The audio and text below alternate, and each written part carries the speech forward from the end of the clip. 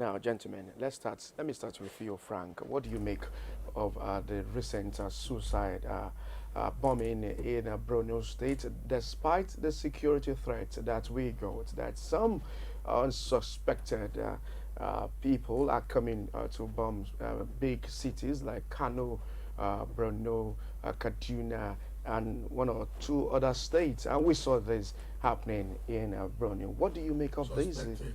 Happening? Yeah. What do you make of this? First of all, the terrorists are more serious about their business than the authority.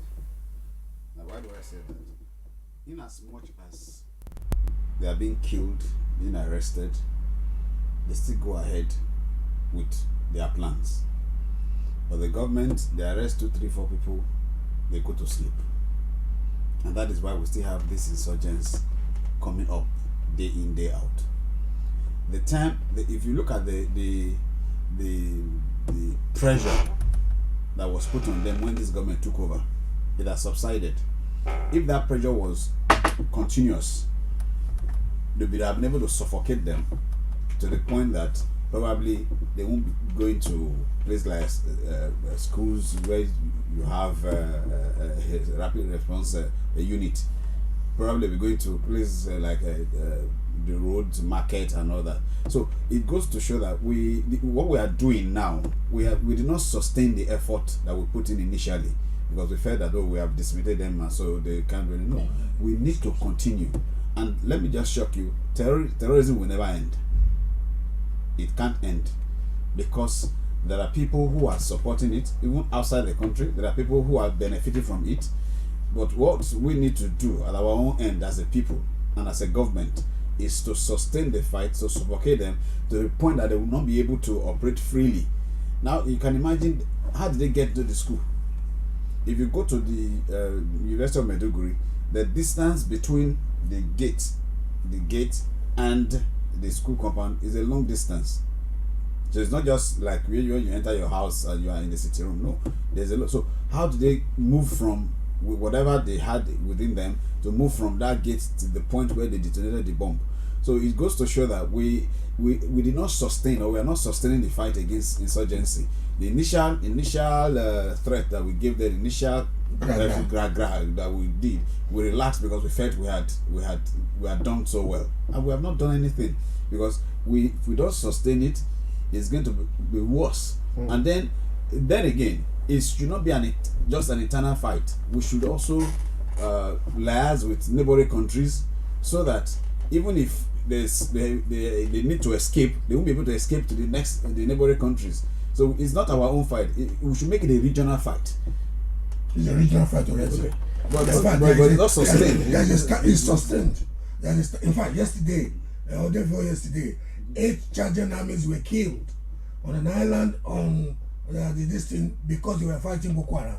So it's sustained. We must, when we want to give information, we must give information that is correct.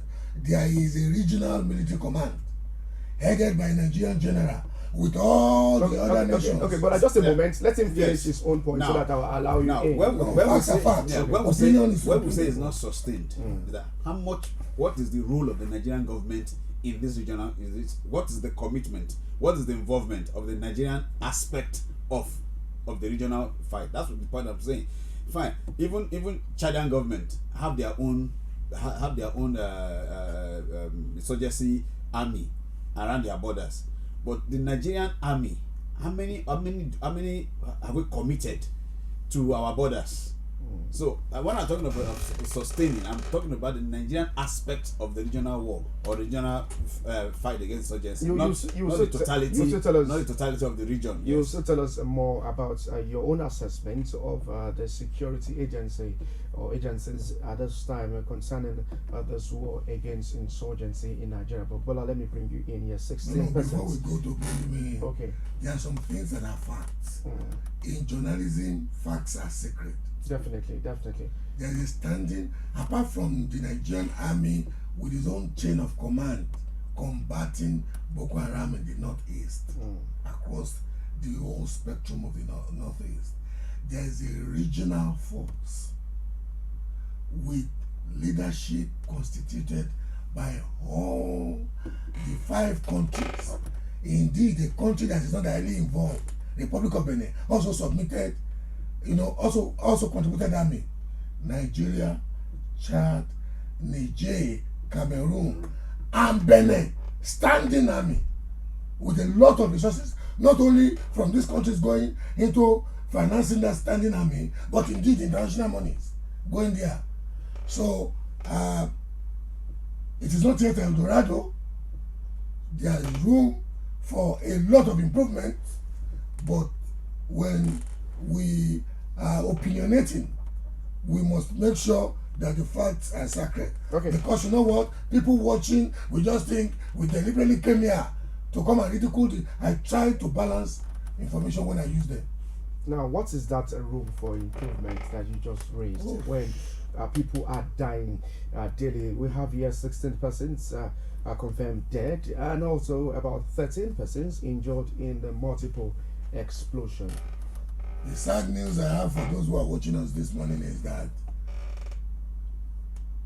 every day,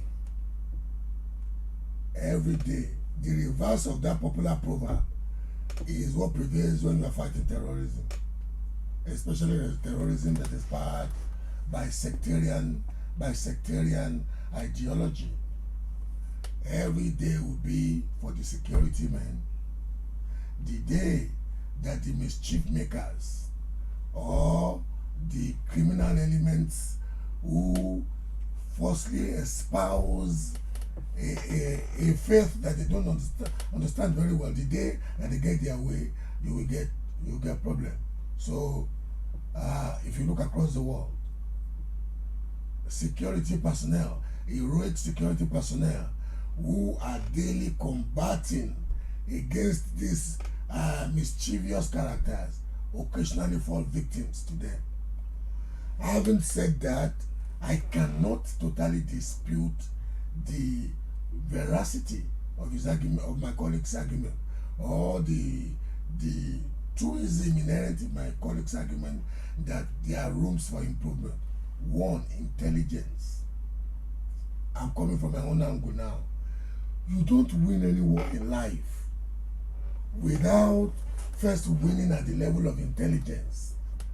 There is nothing that a human being does, either successfully, there's nothing that you do successfully that is not predicated on your thought process.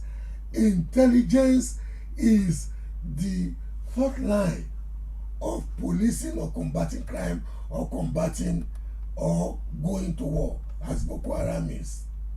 I think our intelligence mechanism is very porous. Number one.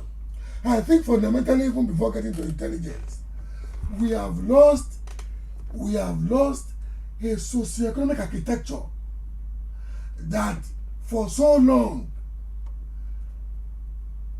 our historically incompetent leaders had leaned on for relevance, which is no longer there. One is that if you look at that region, the Lake Chad Basin area, you will first notice, the first dramatic thing you will notice is that all the bodies of water in that area are reclining. I was telling somebody the other day that we ain't seen nothing yet with this Fulani herdsmen. We have not seen nothing yet with this Fulani herdsmen, even across Nigeria. Majority of these characters are coming from as far as Central Africa, and the reason is the environmental degradation of a large swath of Africa. And if you're looking at Nigeria now, most places where you can get bodies of green pasture, or where you can get green pastures and bodies of water, are mainly in the middle belt, south, southeast, and southwest. And until we have local vigilantes or local policing infrastructure more nimble and more reflective of the challenges we have, if we are still depending on this monolithic giant of clay, a giant with a leg of clay, the Nigerian police, the Fulanis will just be killing our people as they're killing them across Nigeria now. So fundamentally too, there is the economic disruption in that region. There's the failure of intelligence. There's even the basic failure of Nigerian army or the Nigerian armed services not taking proper care of the heroes who are fighting on our behalf. You can imagine somebody who is going to fight to resist Boko Haram infiltrating Nigeria or taking Nigerian territory is getting paid. The day I read it, I shook my head. Less than 500 naira a day. To go and Is that these are the areas that we're really missing in this war against insurgency? Frank. Now, like he said, the international community is involved in the regional approach of the fight against insurgency. And I come back again to our own country. Now, 500 naira for an army officer, is that what the United Nations or the regional body stipulated? Which is no. So that brings us back to what is our own contribution. That's one. Then number two, the sincerity of our government. Sometimes when these things don't happen to the big man in quote, a lot of these things are taken for granted. It's like we are watching a film. It's when it happens before them that they realize that this thing is real the way it is. So I think our level of sincerity and commitment is not as prime as it's supposed to be, and that's the aspect I'm really dwelling on. Because if it is as prime as it's supposed to be, there are certain things that we won't be taking for granted. The Maiduguri one, for instance, now it has happened. What is the lesson that we'll learn from it? This is not the first time the University of Maiduguri is being bombed. What did we learn from the first incident? What did we learn from the second one? What are we learning from this one? So not until we take it as a major issue and start to learn and start to correct errors that we made at first, we will continue to experience things like this. How do we attempt to correct these errors? But we'll really open the phone lines this time to get the pulse of Nigerians on what we are looking at this time, the war against insurgency vis-a-vis the uni-made bombing that happened on Sunday. You can call us on 0816-481-8001. For those calling outside Nigeria, you can add the international short code +234. Let's get your comments coming on the show. When do we have the final or winning this war against insurgency in the country? Now let's away from this. Let's go on to the issue of herdsmen attack, the farmer herdsmen attack in the country. The recent we had was in Ondo, where a man was killed with 7 children. Now I had this huge discussion here yesterday in Delta. A man was In fact, we've had many cases of this. Even in Edo, the children were sent out of the classroom. The herdsmen attack is getting increased by the day. What do you make of this, Frank?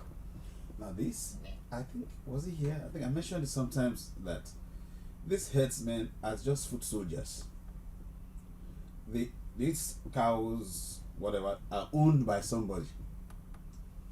And what is the authority given to these herdsmen who are in the forefront, who are the foot soldiers? Just a moment, we have a call. Emmanuel is calling us from Ebonyi. Good morning, Emmanuel. Let's have your contribution, please. Okay. Good morning, Ajayi. Good morning. Yeah. I want to also thank your guests for wonderful contributions. But the point I want to make is this, sir. Concerning the Maiduguri bombing, I think it has happened before. The mood of the way they dress around there, the ladies, what they wear, will make it easier for a female suicide bomber to have the leeway and detonate whatever she has. I think if some of these things are put in perspective, they can just look at it a little bit. It will curtail the access that that these female suicide bombers particularly, have. Because if they are padded and they wear something that is covered, nobody will see it and they will just have their way to do what they want to do. I think they should look at that. Even though sentimentally, religious sentiment may play a role here, but I think it's time to look at it. Well, I must say thank you very much, Emmanuel from Ebony. Emmanuel, they're talking about the mode of dressing over there. But let's leave that. Let's move on now to what we're looking at, the headsman attack. Frank, you have the floor.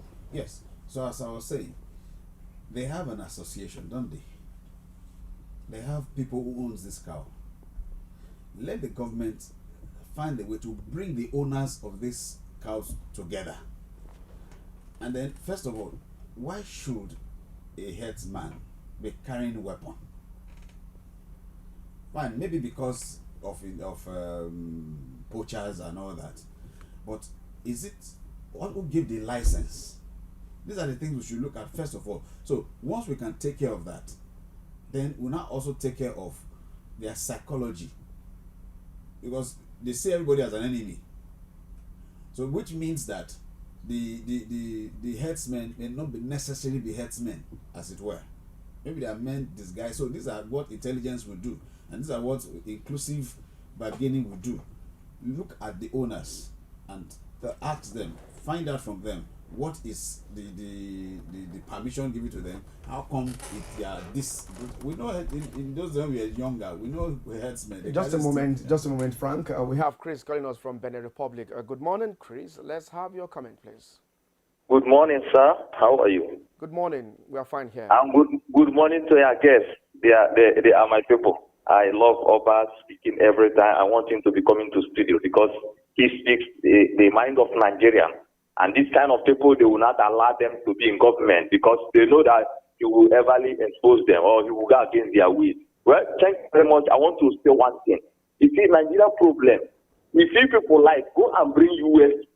military. Go and bring the best academicians in Britain to rule Nigeria. So long as that constitution is there, that was drafted, and you people are using it, and Osibanjo is sitting down there. This is a man who trusted with Buhari, and they entered there. They took the water from Abuja. When they enter that rock, when they drink that blood, they dump another thing. Even you that the host, if they send you there, the same thing will happen tomorrow. My brother, the best thing, I have traveled to 16 countries in Africa. I to French person. You know Burkina Faso, they don't have anything but to go there. The government is working. No matter they remove blades, the government. Look at Nigeria. Look at what you have. I'm from Niger Delta. I'm from River State. We form Niger Delta in my place. I'm from Odo Makere. I'm one of them that form Niger Delta with that. But when I saw this game, I left to Nigeria. I'm just telling you, people should change that constitution. Otherwise, what will happen in Nigeria? People will not. I must say thank you very much. Nothing will happen in Nigeria. What we are preaching at the moment is peace and unity. Well, Frank, quickly run off before I allow Gbola to talk more about this issue of herdsmen. Yes. So that's one part. Like I was saying, the owners of these cows should be called together. I understand they have an association. Then two, just to buttress what that's a picture we're saying with a gun, AK-47 for herdsmen carrying a gun. If you have this in your house and it's not licensed, definitely you will be arrested. Exactly. And we see this young men carrying all this around. So that's what we're saying. And they are not being arrested. Who gave them the permission? The owners of the cow. These are not the owners of the cows. They are just foot soldiers. So the owners of the cow, is it the one that give them the permission to carry gun? That's number. Then number two, let them be restricted. Maybe in the US, I was in the US sometimes last year, and I told my friend, I said, I wanted to eat meat. You know, I understand your meat. Now when they came, the size of the piece of meat. So I was say, how do they grow their own here? Why is they said they have a ranch, they have these, and all the time I stay, I never met, not even a chicken on the road. Okay, we have a caller. Greg is calling us. Restricted. Just a moment. Greg is calling us from Sokoto. Good morning. Let's have your contribution. Yeah, good morning, Emmanuel. Good morning. Yeah, you know the problem. In 1982, I'm from Delta State. In 1982, we used to have cows Yes, good morning. I can see you and I've turned up. In 1982, we used to have cows, native cows in my village. Those cows belonged to our own people. They were removed because they were causing nuisance to the farmers around. Now the federal government is asking those people that removed cows that belong to them to allocate ranches or whatever it was, grazing land to farmers. That's gross injustice. If we remove ours because it's us, then you're now directing us to provide grazing land. If those grazing lands were available, we would have provided it for ourselves. They are refusing to address the issue that is there. Let's address the issue of he who owns the cows has the responsibility to feed or provide feed for the cows. That's just it. Thank you, sir. Well, I must say thank you very much. You've made your point. Okay, but let me bring you in on this issue of herdsmen attack. What do you make of this? It's becoming a recurring decima every day in the country. What do you make of this? The President of the Federal Republic of Nigeria, retired General Muhammadu Buhari, until his assumption of the presidency, was the leader of Mayetiala. Mayetiala is the association of those The cattle brothers in the country. and you would notice that before the assumption of office of Buhari, the nuisance factor of the Fulani herdsmen was not as much as it is now. I didn't say it wasn't happening, but anybody, Abi, am I just coming from Mongolia? When even Goodluck Ebele Jonathan, who was like a reef, That's the former president. And yeah, I said even when he was the president, okay. under him, the Malays of Fulani herdsmen killing as rampaging Marudi squad was not this bad, Abi. So somebody tells me that if your brother became the class captain today and you decide to be speaking in vernacular and they are not putting your name amongst those who has to be punished for speaking in vernacular, there's a link. Don't let's deceive ourselves. What's the link? That's number one. If you don't get it, you won't get it. What's the link? No, we have to educate people out there. If For me, he that asserts, you must don't prove. over-exhibit your ignorance. No, it's not that. It's not it's not form of ignorance. We are trying to educate Nigerians. That's why you are here. I've made my point. Are you my point? If you don't understand, I'm not speaking It's not about me, it's about I'm not Nigerians. speaking to you, I'm speaking to those who have understood. Number two is this. For those of us watching this program across. Just a moment. We have Chisom calling us from Adamawa. Good morning. Let's have your comment, please. Yeah, good morning, Emmanuel Ajayi, and good morning, your guests over there. Good morning. You see, yeah, I must comment on the people in the studio, those gentlemen. Yeah, I must say that any day that I see that man in the middle, I'm so excited because the man usually speaks nothing but the truth. About this issue of this Fulani men, let me tell you, let's just be frank, Emmanuel Ajayi. These Fulani men, if some certain set of people do not stop seeing themselves as the owner of Nigeria, let me tell you, Nigeria can never move forward. Because I'm in the north, I don't want it. And if you see how they are bragging, they will be telling you that they are in the throne, they are in the power, that Nigeria belongs to them. They will just be making it as if Nigeria is their own alone.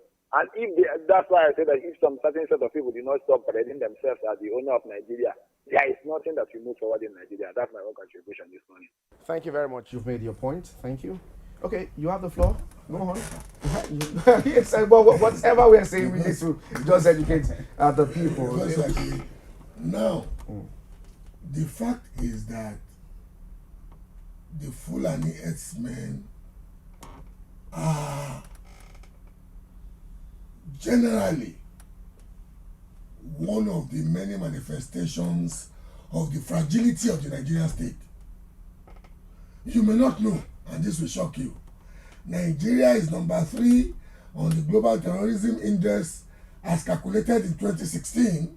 Number 3 after Afghanistan and Iraq. Nigeria, number 3 on the Global Terrorism Index. And on the list of fragile nations in the world, Nigeria is number 13. The nearest African country to us, Chad, which is a very fragile, in fact, comparing Nigeria with Chad is, and yet Chad is still better than Nigeria on the global, on the fragile nations index. It's around 20 something. Then countries that we should be comparing ourselves with, countries like Ghana, that we should be comparing ourselves with, is in number 93. South Africa, number 114.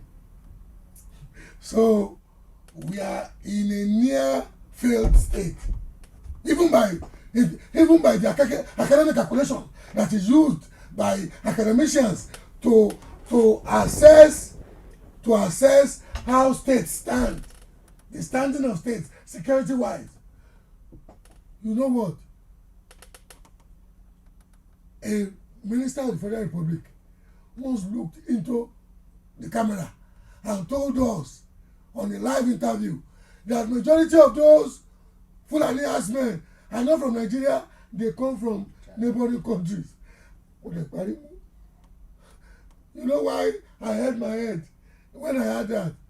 You want to wonder, there is a department of the Nigerian state that is called the Immigration Service. Abi? Immigration Service, which means that those who are not ancestrally and aboriginally Nigerians, if you find them in the borders of Nigeria, especially when they are committing crime, you send them back to where they are coming from. But you know what? Our immigration service failed. Apart from the immigration service failing, the police is now in a totally helpless situation, because every day now we read Fulani herdsmen kill here, Fulani herdsmen kill here, and you wonder in those communities, if 2 of the indigenes were fighting at all, it would have been short money for some people in one particular uniform there. So nobody is taking the Fulani herdsmen. Look, until we devolve, I'm using that word again, that the vice president used when he was campaigning, until we devolve security to those. Okay, just a moment. Asa is calling us from Nasara. Good morning. Let's have your comment. Good morning, Mr. Jai. Good morning. Yes, morning to your guests too in the studio. I heard them talking about the Fulani headsmen of the thing. There's something we need to know. We are all human beings. Everyone is complaining Fulani headsmen are bad, killing people here and there. But if you see what those people are doing to Fulani headsmen, a Fulani man cannot just come to your house and begin to kill you, harassing you, doing all sorts of things to you. It is what they are doing to the Fulani headsmen, the Fulani headsmen are, doing back to them. If you return love, if you return love, I give you back love. If you give me a no place to stay, I give you a no place to stay. If you go to Benue State, where the Fulani headsmen and the TV people are killing themselves, you actually know that, in fact, it has nothing to write about. I've been in Benue State for 3 months now. But they are thieving and Fulani crisis. If you go to Benue State, in fact, you have nothing to blame about the Fulani. You are killing their cows. You are killing them. What do you expect them to do? Are they not human beings? They are Nigerians. And you are saying we should not give them a land here in the Benue State to stay. Okay, let's go. Leave their cattle and let them go. Not killing them, the Fulanis. You kill their cattle. Just a day before today, before we return back from the operation, we recovered about 26 cows that were taken by the TV people, and even killing the Fulani men. What the thing is that? And we will be here everywhere because we don't know what is happening there in the bush. And Asa, I must say thank you very much. Fantastic. Let me respond to okay, before you give your response, let's go on a short break, and when we come back, we'll talk more about this issue. Do not go anywhere. It's still called Digest. Okay. Welcome back on the program. Well, I still have, let me call him the controversial Gbola Oba is still very much in the studio. And Frank Oyorhigho, the security expert. Okay, well, you have the floor. Go on. The gentleman that called last, okay. I sat here. He made some very good points that cannot be totally discountenanced. One is the fact that some locals too perpetrate crime against the Fulani. And from the way he spoke, it was obvious that he is an operative of a security agency. He said we went there and you saw if the criminal justice system were to be effective, would the locals take the law into their own hands? When I want to raise poultry in the southwest, do I take it to somebody's yard in Nasarawa, where I come from, and decide to annex illegally his backyard and all the debt of the district? You know what? When the state fail people, they resort to self-help. That is number one. Number two is that I will not support any human being killing or indeed wreaking harm against a fellow human being. I just want to use this opportunity to encourage SETA and people in the Nigerian Police Force and other security agencies to be up to par on their game, because if you know why there is mob justice, you know why there is mob justice. Why, if they catch a thief and you say ole, they put tire on that this thing and set the person ablaze. Is because they can no longer rely. Just a moment, they can no longer rely. That's the last word. You talk more on that. Favor is calling us from Jaws. Good morning, Favor. Let's have your comment, please. Good morning. Good morning. Go on with the comment. Okay, please, the name is not Favor. The name is Ikwe. Can you speak up so that we can hear you clearly? Okay, can you hear me now? We can hear you loud and clear. All right, please. I want to comment on the former caller. Okay. Okay, I want to comment the former caller. You cannot be listening to yourself and you're talking. Go on. Okay, we lost that caller there. I'll continue with that line of thought, please. For me, criminal. Okay, all right. I'm from Benin State, although I'm staying presently in Jos. When the okay, Favor is back. Favor, go on with the comment, please. Okay. And you know what? Our political class too. Why is it that in the southwest we are no longer hearing about Fulani issues in Ekiti State? They call Fayose a nuisance. They call him a political melodramatist. But you know what? Ekiti is already rid of Fulani nuisance, Fulani Marudi nuisances now. Because you know what? The political class in Ekiti, under the leadership of Fayose, who I love anyway, who I lambast always, whenever I have the opportunity to lambast him, have decided that, you know what, it will not happen in our backyard. To the best of my knowledge, like my colleague rightly said, ranching is the new methodology of raising effective livestock. Indeed, the art of keeping those heads in perpetual iteration is actually. Just a moment. Chris is calling us from Jos. Good morning, Chris. Let's have your comment, please. Chris, you are on live. Go on with your comment. Okay. Good morning, Mr. Guy. Good morning. Well done. Your people are doing great job here. But there's something I want to remind you how that you are to. Can you hear me, sir? We can hear you. I think the major thing we should be considering this morning for your discussion should be which license are these Fulani people operating by holding? If we have a constitution. We can't really hear you. Can you just speak? Can you speak up, please? Okay, can you hear me now? Yes, we can hear you. I say the issue of Fulani moving around with arms. I think we should tackle that very well, because if we have a constitution that prohibits everyone to move around with arms, I think we should look into it and now see how those are sponsoring these guys. That is all I have to say. Thank you very much, Chris. Okay, Gbola, you still have the floor going with your...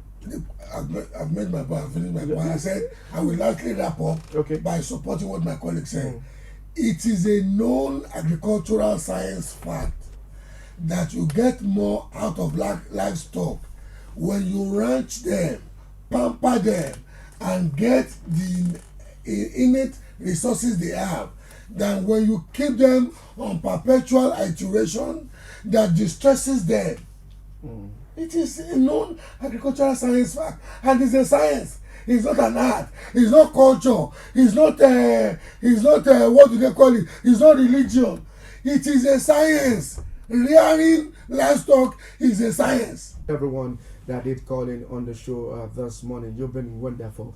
Well, till I come your way again, I remain Emmanuel Ajayi, like I do say every time. Let's come together and make this country great. Bye for now.